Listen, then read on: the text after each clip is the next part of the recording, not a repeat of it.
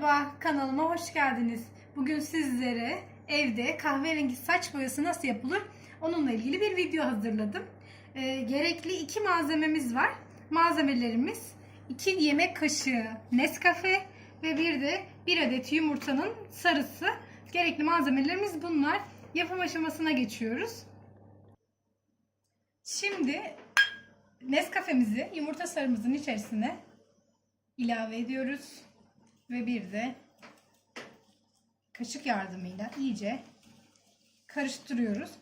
Eğer saçınız uzun ise bu miktarı artırabilirsiniz. Çünkü uzun saça bu kadar kür yetmeyecek.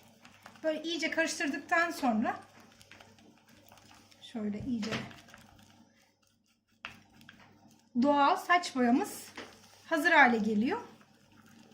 Bunu şöyle de göstereyim size. Bunu saç diplerimize masaj yaparak bütün her kısmına yediriyoruz.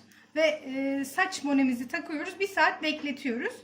1 saat sonra saçınızı yıkayabilirsiniz. Bu kürü arkadaşlar haftada 2 defa yaptığınızda 1 ay sonunda gerçekten saçlarınızın kahverengi olduğunu göreceksiniz. Hem doğal hem de maliyeti çok az bir yöntem arkadaşlar. Muhakkak denemelisiniz. Bugünkü videom bu şekildeydi. Kanalıma abone olmayı unutmayın. Hoşça kalın.